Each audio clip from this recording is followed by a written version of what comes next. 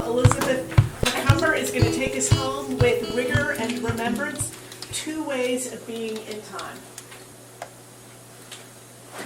Okay, thanks so much for coming to this talk, and I want to say out front, I'm really interested in sharing research with folks, so if you are presenting at this conference and you'd like to email me your paper, I would be very happy to receive it, and if you would like my paper, send me an email. Everybody's emails are in the back of the program, and I would gladly send you mine. Okay, yes, and the other thing is that if you want to connect with me outside of the conference, you can find everything I'm up to at Linktree Independent Pen. So, all right, let us begin. The temporalities in which we live affect every aspect of our lives. Our relationships with time shape who we know ourselves to be, where we perceive ourselves within the world's story, and what to carry forward with us from the past. These are important realities, yet they are also often, like the water we swim in, invisible to us. We may take for granted that our notions of past and present are simply how things are, but the way we interact with time is not universal. It is situated in place and culture. I have never not been interested in time. Since childhood, I've marveled at how the past persists in place, how endings are wrought by change and death, and how the present has never arrived and will never go. So, as a graduate student of anthropology and history, I was at once intrigued by the strange overlaps between formal historical writing and oral folk tradition. We are, all of us, influenced by both. In school, we're taught to look at time as a string of events whose facts trickle down to us, faithfully or not, from the work of professional historians. And we continue to reference this framework through our lives as we consume the news or reflect on social problems.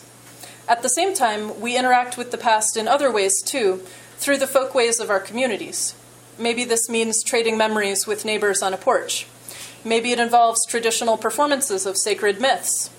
Maybe it's the unspoken experience of seeing layers of stories in the walls or the hills around us.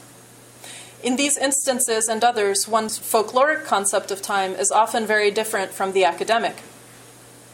You'll notice I'm drawing no hard line here between informal folk storytellers, the porch storyteller, for example, and indigenous tradition bearers, such as the performer of a sacred myth. Obviously, there are important differences here, but there are also important similarities. Oral tradition encompasses a vast spectrum of narrative modes, which are, on one hand, as diverse as the cultures that practice them, but which, on the other, share elements of community, orality, and performance.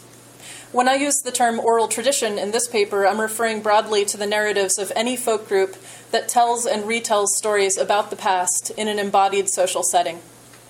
While I'm at it, I should also say that although the word history is often taken to mean any past event, when I use that word in this paper, I'm referring to the Western academic discipline of history making. It's a popular subject. In any bookstore, shelves bristle with titles, and every title has its thousands of readers. But the work it takes to produce these narratives, the methods and norms by which a historian generates disciplinary knowledge, is much less visible. This work is what I mean by history. Now, does it make any sense to compare the two? Depending on your frame of reference, to set oral tradition and guild history side by side may feel offbeat. After all, history is an academic discipline, a systematic way of generating knowledge about the world. Oral tradition is a folk practice, a part of the world being studied. One is a method, the other is a source.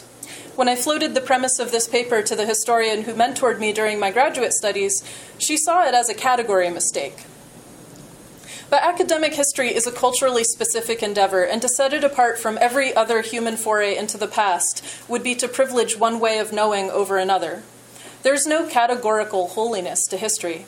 We could just as well say that categorically, history is a form of folklore, a customary tradition practiced by a community of peers, expressive of a particular set of styles and standards.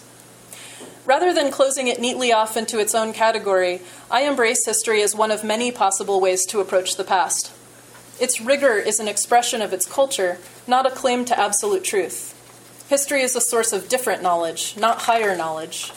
Where it comes to understanding our place within time, oral tradition also speaks. Like history, it is a living knowledge system with epistemological worth. Moreover, it constitutes a different temporality. Both guild history and oral tradition deal deeply with time, but they deal differently. The first is linear, temporal, bounded, distanced. The other is cyclical, spatial, boundless, and immediate. In these ways, they stand in perfect opposition to one another, yet their overlaps are surprising. Both practices generate stories about the past. In both, knowledge is solidified, revised, textured, and transmitted. Both are dialogic, with many voices and views converging to co-create the story, and both depend on competent tellers, vetted scholars or skilled performers, who are accountable to collective norms and standards, and whose narratives are received and critiqued by rings of community. But their approaches are different, as are their works, as are the meanings that dance and beckon from the stories they tell. In this paper, I will show how the perspectives and practices of academic history differ from those of folk and indigenous remembrance. We may not always notice the temporalities in which we live, but they are profound and worth noticing. Look closely at a work of history, and you'll probably find it involves 5 themes: context, causality, contingency, complexity, and change over time. Of these 5, change is typically the historian's primary concern, and causality their primary question. At its most basic, the discipline could be summed up in 3 words: something changed. Why? Of course, what follows from there is anything but simple. A spark of interest in the historian's mind becomes an intensive survey of secondary sources, followed by a plunge into the archive, the heart of the work. Whatever material may be found, the historian performs an exhaustive reading of it, combing through every shred of available evidence, listening for its pulse, its patterns. They solidify a tightly scoped research question, investigating some change affecting some aspect of human life within some precisely bounded period of time. They articulate how their work differs from previous scholarship and why it matters. They construct a rigorous argument to support their answers. Every step in this process demands disciplined thinking, sustained effort, and a good deal of creative energy. It also requires the construct of linear time. To study causality and change is to presuppose a string of events in which first, something is yet to happen, next, does happen, and third, has happened. Indeed, this is the dominant framework. The image of causal events arranged along a complex path, emerging at some point from the fog of prehistory, is baked into how most of us think about time, at least in the abstract. But it's not the only framework. Our experience of time is not strictly linear. Memories occur to us and reoccur. Seasons roll around a wheel. Days and weeks and years repeat. Holidays and holy days call us back to our touchstones, and the places in which important events happened become themselves objects of memory. Oral tradition is connected to mnemonic space and springs cyclically from spatial images. The stories we see in the world around us provoke, remind, and bear witness. The events we tell and retell remain active among us. In this sense, the past is not behind us at all. The past is eternal, because the past is present in everything. To the lay reader, works of history may read as absolute truth. But among historians themselves, they reflect a search and a dance. Conclusions are contestable and contested. Narratives are challenged, textured, and revised. Archives are explored with both earnestness and skepticism. Despite a lingering smokescreen of objectivity, there is no last word here. Oral tradition is also a dance. Here again, there is no last word, but its functions are different. While the historian seeks to address gaps of knowledge by building rigorous arguments about the past, the tradition bearer engages in the continual, contextual creation of collective memory. Nowhere are the differences more evident than in the stories they each generate. History's product is ultimately a fixed unit of knowledge, a paper, a book, whose ideas will surely be challenged by future works, but which is not itself subject to change. The output of oral tradition could not be less like. It is, quote, a meaningful process rather than a bounded object, end quote. Its product is an event, constructed in real time through the fluid interaction of performers and audience participants. Stories don't stand still, wrote Euro-American oral historian William Schneider. Like language itself, they are rivers of change which die if they stop moving.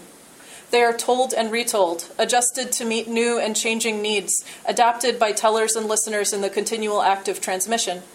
According to Grand Ronde Cultural Resources Department Manager David Harrelson, every generation applies the guiding principles they've inherited to the time in which they live. In so doing, I would add, they determine which stories get told or forgotten, which details remembered or let go, which meanings lifted up or reinterpreted. What we have is what was transmitted, and what was transmitted is what was needed. It should come as no surprise, then, that the history paper and the oral performance invite very different relationships with time. The events of history are witnessed at a remove, quote, with the concerned distance that comes from knowing intimate details of the lives of people who are not family, as the Haitian-American historian Michel Rolfe-Trouillot put it.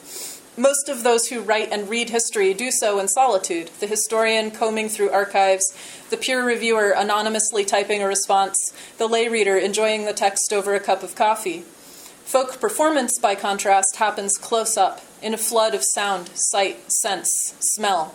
If history speaks from a distance, oral tradition is a total immersion. I mentioned that history can sound objective, like an unobstructed view of time. It is not. But given its rigor, its distance, and the dominance of its temporality in the popular mind, it's easy to believe that history's authority is total. It's easy to suppose that a fixed unit of knowledge is also a finished unit. It's easy to feel certain that a historical perspective is simply truth, even if the historians themselves would disagree. This being the case, it's also easy not to notice the alternative temporalities of our own experience, those that exist outside of history's paradigm. In oral tradition, the past emerges not in a line of events, but as cyclical and spatial. Its stories are not written, but embodied, not distanced or fixed, but springing forth in the presence of others with performances that cannot be captured in any fixed form. These distinctions are not superficial. We understand time differently in each light. Its depths are illumined by mirrors of difference. In history, stories of the past are mosaic tiles, to be cast, glazed, and set into the context of a larger scheme. Their heft, their density, calls for space and slowness. They are not wings on the air.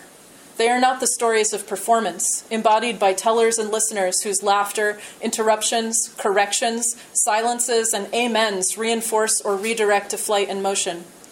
In the stories of history, time is a vast temple of intricate brickwork, ever being examined, re-engineered, and expanded upon. In the stories of performance, by contrast, time is both as old and as ephemeral as a summer night. In either case, these concepts of time are not pre-existing truths, but products of culture, and their influence on us runs deep. In history, we identify ourselves intellectually in a sweeping context of social and political developments. Time is abstract, to be contemplated from a distance. In oral folk tradition, we are immersed in cycles of place and community. Our experience of time is spatial, relational, made of memory. Neither history nor oral tradition encapsulate reality in any absolute sense. They are themselves, rather, the result of our mutual collaborations with reality. They offer and necessitate different ways of being in time. Thank you.